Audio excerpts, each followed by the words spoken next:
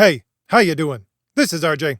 So today my video is going to be a little bit different. I'm going to answer a lot of the questions that I got on my World War II myth video, because that video has now become quite literally the most viewed video on my entire channel. And I've been around for 7 years now, maybe 8. And that video might actually break 100,000 views. But I don't argue in the comments. Why should I? I can make a video. Now, I'm going to start from what seems like a very weird place, which is something that happened this week, which I think shows 3 different versions of the way that people are interacting with culture in the present moment. This was something that happened to a friend of mine, John's Longbox. The link for this video that I'm going to be describing is in the description of my video here for John's Longbox. John is a friend of mine, so I may be a bit skewed in this. So the sequence of events is basically a Twitter thread. Nerdrotic posted a picture of Ballerina, the new John Wick spin-off movie, and said, "We have the whole theater to ourselves." John responded to that saying, "Yes, my wife and I went to see it. The husky black Roma woman," which I haven't seen the movie. I think she's the head of the Russian spies in some way. But John said, "That took me right out of the movie." Nerdrotic said, "Yeah, that was lame." John reiterated, "Yeah, it took me right out of the movie." Someone asked him how the movie was overall. He said, "It was good. It's not supposed to be taken as high cinema, so for what it's worth, it's good." John, by the way, is a very big fan of the John Wick movies, and so is his wife. But then Richard Meyer over at Comics Matter, Diversity in Comics, screenshotted that entire, well, not that entire, the first part of that conversation, basically calling Nerdrotic and John racist in several different ways. And then John made a response video to that, which is the link in the description, basically saying, no, I'm criticizing it because this makes no sense within the story, and thus broke my suspension of disbelief. That's what I got from John's video. Now, I bring this up partly because I agree with John's take, even though I haven't seen the movie. I will trust John. And secondly, because this gives a picture of 3 different views, again, of currently how you should interpret modern entertainment in this very moment. One is Nerdrotic. Now, I don't watch a whole lot of Nerdrotic, so you can tell me I'm wrong in the comments all you want. You could be correct. Maybe I'm wrong on this. But I think Nerdrotic actually, if you put him on a political spectrum, would be slightly left of center. He is using mostly left-wing arguments in order to criticize culture. Now, I'll get into later on why that does have some merit in the way that he's doing it. Then you have Richard, Diversity in Comics, Comics Matter. He represents the World War II myth mentality of how you should criticize culture. And then you have John from John's Longbox, and he is living in the moment. He is saying, okay, I'll take good parts from one and good parts from the other, but we live now. And right now, I'm criticizing this because it's based on merit. And that's, again, why I would back John. Now, this whole thing, I think, centers around the World War II myth mentality of Richard. Now, it's not surprising. Richard was a soldier for a good part of his life. Not knocking soldiers in any way. Got soldiers in my family. But the point is that I'm going to concentrate on answering the questions that I got in my World War II myth video according to the way Richard sees things. And I'm not going to really talk about this little tiff until I get to the end. I'll stick back in what Nerdrotic said and what John said as counterpoints. But here's the thing that a lot of people didn't quite understand, and that's on me. Although the video, my World War II myth video, was long enough as it is. But they basically said, you still didn't explain what the World War II myth is. I thought I did. Perhaps not well enough. So here it is. It is the fact that our current society, since the end of World War II, has been based on an idea that is mythological in nature. Not that World War II, or the wars that preceded it, World War I and the Franco-Prussian War, which are supporting wars of World War II, are mythological in themselves. Not at all. They're true things that happened. But people seized upon those drastic events to create a founding mythology for the way the entire Western world has thought since then. World War II was basically the chaos origin myth, as you would find in, let's say, Greek mythology. And from that chaos origin, they got to then define morality from that, that is to say, the sides of right and wrong. And thus it is that the morality that has stuck since the end of World War II, being shaped by the people creating this mythology, is the founding and controlling myth of all of Western civilization. Now, a couple of points here. Number one, I would say a lot of cultures, if not all cultures, are based upon an idea of a founding mythology.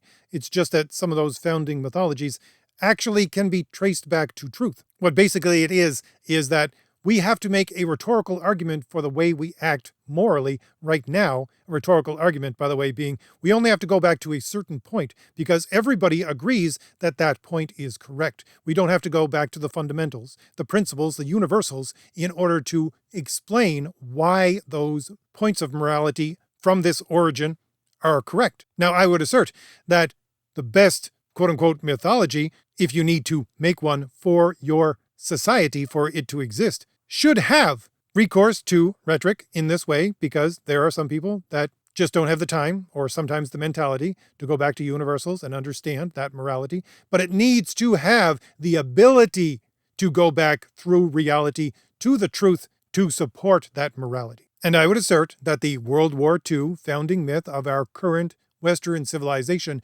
cannot go back beyond itself to first principles. Why?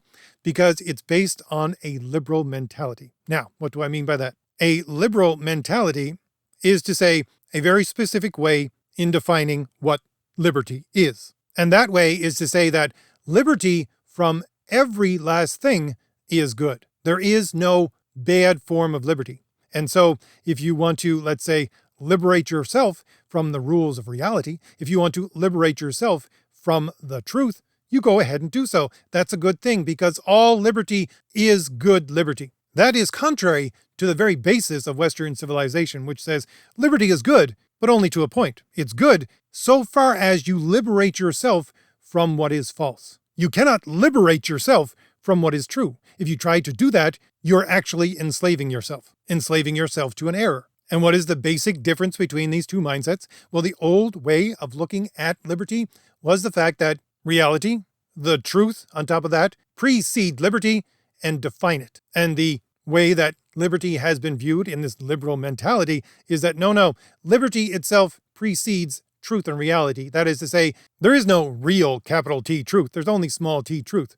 Truth is relative. Now, a couple of points off of that. Number one, this is why I would say the World War II myth that is the basis of our society right now, but which is crumbling, is indeed nothing more than a myth. It is a founding idea that cannot go back to first principles because the idea of liberty preceding truth is not real. Sorry, but truth, capital T truth, and reality, which proceeds from truth, are not defined by liberty. Liberty is defined by them. And I think most people here would agree with that, just looking at our current society, where you have these people who think that they can define the reality for themselves, liberate themselves from the fact that they are, let's say, a male or a female. Some of them even thinking that I can liberate myself from what species I am and declare I'm some other species than human. No, I'm sorry. The reality of your life is that you are born with certain chromosomes and they define who you are. That's reality.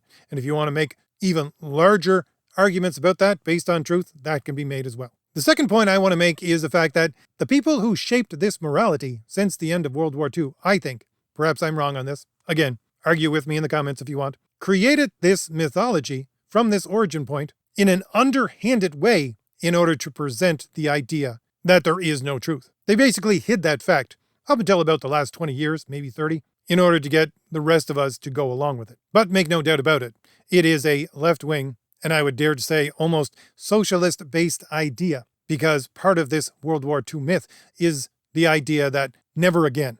We can never go back to that point ever again. This origin point is something that we have gone through, and we, the new generation, because it's usually coming from the baby boomers, are the first generation of this sparkling new age of humanity, as they like to describe it, the age of Aquarius, wherein we can never go back to what has happened within World War II. And this is very much a critical theory talking point. Critical theory being a Marxist philosophy, quite literally. They all got together, most notably in the 60s, but they were working behind the scenes at least since the 20s. And they said, the grand workers' revolution has not ensued as we thought it would. Therefore, we have to create a new philosophy around which people will be attracted to the Marxist revolution. And they came up with critical theory. Critical theory being, first of all, to criticize something completely and utterly, and to make that criticism always negative, never constructive, so that you can take out the legs of what is supporting your enemy, which is basically capitalism in this ideology.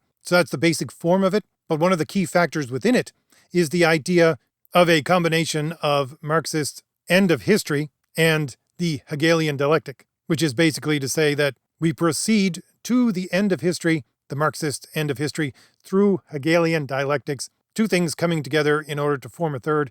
Once that third thing is formed, you can no longer go back to those 2 points that were the parents of this third point. It has been placed beyond a barrier of the unrepeatable. They can never actually come into history ever again because they have been spent, and that's it. And that's the mindset behind this Age of Aquarius idea that World War II can never be repeated, insofar as it is part of this World War II origin myth. It's very much tied up with the 60s and the Messiah complex of a lot of the baby boomers. So this is basically what I mean by the World War II myth. It is an origin myth, which is not based on reality, which has been spoon-fed to our entire culture, Western civilization culture, through rhetoric, year after year, since the end of World War II. It has been mostly an emotional appeal, which is to say, well, of course, we all know that this origin point is true. We'll give it to you within cultural stories to enforce the idea of good and evil. Because, of course, the 1930s militaristic German is the portrayal of evil. The people who oppose them are the portrayal of good. And again, not to say that that doesn't have some basis in fact, but that's not how it's being used here. And I would further say that it is specifically used in this way in order to excuse the socialist ideology and the societies upon which they are based, because they are in part, historically, according to this origin, against the 1930s militaristic Germans. Therefore, since those Germans are bad and anybody who opposes those Germans are good, the socialists on the other side were, by fact of this origin myth, good. And again, I admit, as someone who lived through the Cold War, this took a long time to actually rear its ugly head, because the people who created this origin myth were so good at hiding exactly what they were doing, saying, oh yes, yes, we are going back to actual truth, all the time presenting a reality where truth doesn't exist within their cultural stories. And further to that, the other question that I got within the video was basically a pushback against the crumbling of this mythology. And here's the point. Since that mythology is not actually based on truth, it's based on historical events and interpretations of historical events, especially emotional interpretations of historical events. Number one, since most of the people who actually lived through that are dying off now or are dead, you can no longer make that emotional appeal. You have to actually make an argument. And when you make that argument, if that argument is not based on truth, it will fail. And since that origin myth is not based on truth, it will fail. And secondly, this whole thing has been sped up by your quote-unquote progressive people trying to have a sub-origin for their progressive ideology taking over as the new mythology, using the old World War II mythology as their backdrop, and as part of that, calling everybody that doesn't agree with them militaristic 1930s Germans. They overplayed their hand in saying, these people are evil, while you, as the normal, everyday individual, are looking around going, huh? What the heck do you mean by that? They just seem to be making an argument. They just seem to be saying, perhaps you're wrong. That simple overplaying of their hands on the quote-unquote progressive side, trying to build a unsteady tower upon another unsteady tower, has only accelerated the idea within the minds of the common, ordinary individual that perhaps this World War II myth is not based on truth, which is the very thing that the quote-unquote progressives and their predecessors were trying to hide. Now, with all that being said, let's get back to John's situation. I think this is a good snapshot of the entire thing playing out in real time. Number one, you have Nerdrotic. And again, I would assert, perhaps you can say incorrectly, that Nerdrotic is a bit left of center. That he is actually using critical theory in order to basically stay relevant. He is using a left-wing tactic, which is to criticize unrelentingly his opponents in order to take out the legs of their support. Now, while I will not call this tactic completely wrong-headed, because at this point in time, certainly up until this point in time, and I think still relevant for a couple of years into the future, is the fact that if you want to show people who believe in this quote-unquote progressive mythology and mentality that what they think is incorrect, just use their own mentality against them, which is what he's doing, and it will have spectacular effect. So it does have some use, but we must always acknowledge that it's not really building anything. It is just helping foster a situation wherein the left-wing narrative, which is trying to become the new mythology, can be questioned. That being said, I can see where Richard might get a little bit miffed at people who use this tactic exclusively and basically call them right-wing, quote-unquote, progressives, right-wing woke people. Why? Because they are using a tactic of the left, but they're using a tactic of the left to attack the left. But Richard is a picture of someone who has been captured by the World War II myth. Another example of that would be Perch from Comics at Perch. He is ultimately captured, even more than Richard. And the basic mentality of Richard and people like Perch is to say, sure, we use this left-wing tactic of criticizing until we could get our point across, but now we have to stop using it. Why? Because we need to preserve the World War II myth. We have defeated this new mythology, which has been trying to surpass the World War II myth as the origin of our society, our culture, our civilization, not so we can go forward into the future, but so that we can go back to the past and depend upon that World War II myth once again. And of course, I think he has this mentality because he truly believes the World War II myth, but he truly believes it because he is one of those ordinary people who has had the wool pulled over his eyes from the people, the quote-unquote progressives and their predecessors, who have created the World War II myth upon progressive talking points, philosophy, and non-principled rhetorical arguments of origin. Or to put it another way, he seems to be quite okay with the idea that there is no such thing as a large T truth, as long as we can fix our society in accepting that only up unto a point. And that point would be about the 1990s. But of course, he doesn't understand, nor does Perch, nor do any of these people who are trying to defend this 1990s mentality of let's go back to that. They don't understand that if your mythology is not based on truth, it's based on historical progressivism, there is no stopping the progression. It will always continue. Stopping at any one point is not an option. Hence the idea of, as I talked about, the Marxist end of history through a Hegelian dialectic. It is constantly moving in a direction where two ideas dovetail and give birth to a third, and those two ideas become completely irrelevant and irrepeatable. That is one of the key points of the origin myth of progressivism as presented in this World War II mythology. It's a subtle point, but it's a key point. It is the very basis of World War II we can never let happen again, or it never will happen again. And we baby boomers are the first generation of this new age of Aquarius, where we will progress into a utopian-like future. That's the key point. People like Richard don't get that. Don't get that you can't stop somewhere on this progressive train. There is no stopping. Once you get on it, you continue on until it drives itself off a cliff. And it will drive itself off a cliff because it's not based on truth. And reality all around us is based on truth. Whereas I would say John is representing the third way. He's recognizing what is going on around us, whether he knows it or not, within our culture.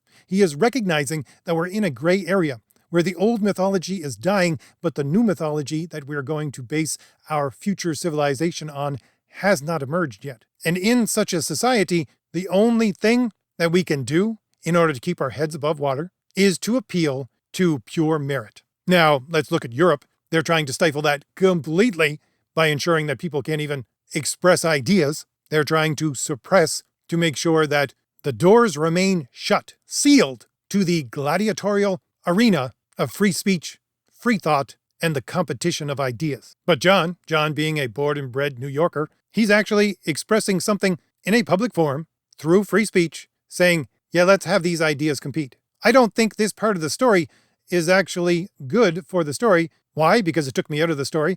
Why? Because I instantly recognize it was not real. It doesn't need to be there in the story. Actually, it is inserted there into the story for a purpose which is contrary to the storytelling itself. And what is that point that is contrary to the storytelling itself? Well, again, it is to promote the idea that quote-unquote progressivism is the new mythology, taking over from the World War II mythology and the basis of our entire civilization. So shut up and just take it, which is being, again, presented in a cultural way. And we know it's mythology because, of course, it's not reflective of reality in any way. And sure, it's not high art, it's a bit of fiction. Large bit of fiction, with spectacular things happening in it which wouldn't happen in reality. But putting this person, this very specific person, in this very specific role was a conscious choice in order to promote this new mythology. And I think Richard truly believes he's doing the right thing and calling John, and to some extent neurotic, racist, because he's trying to defend the World War II myth, thinking that that is what will save our entire civilization from this new quote-unquote progressive myth that is trying to take over. When all he's doing is giving that progressive myth more of a foundation from which to attack our civilization. Now, what is the new mythology that is going to take over? I don't know. I am pushing in my own small way by making small arguments for it to be based upon the heroic, to be based upon the true, the good, and the beautiful. For my part, I would say to be based upon traditionalism. What does that mean? Does that mean going back into the past and living in the past? No, not at all. It means looking at the past, seeing what worked within the past, seeing what our ancestors did, and making it alive again in the present. And we can make it alive again in the present because if we choose correctly, we are choosing things from the past to make alive in the present because they are true for all people of all times and all places and all races. Doesn't matter. And we will only be able to get there by throwing open the doors to that gladiatorial arena of free speech and the competition of ideas, to allow merit to take center stage and to defeat all challengers. And what we cannot do is what Richard is doing, which is to try to cling to a past which, when playing itself out, when it was present, had some merit, but no longer is relevant. And not only that, but is more and more slipping through your fingers because, with every passing moment, it slips farther and farther into the past. All right, so that's all I have for you today. If I gave you anything new to think about, hit like, hit the shield in the lower right-hand corner of your screen to subscribe, and leave me a comment. Tell me what you think about all this. And go over and subscribe to John's Longbox. The link for his video that I described at the first is in the description of this video here. And also, there is a link there for my upcoming project of Fade to Blue. If you want to go there and watch the trailer for that, see some of the art, and hear a little bit about the story, you can do so. And while there, if you want, you can leave your email address so you can be informed when the project goes live. All right, I'll leave it there. I'll see you later. Bye.